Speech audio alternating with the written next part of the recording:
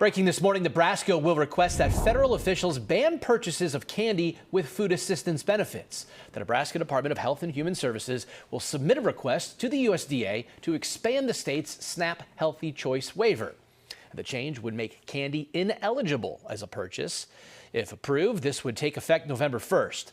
The current Healthy Choice waiver already prohibits the purchase of soda and energy drinks with SNAP benefits.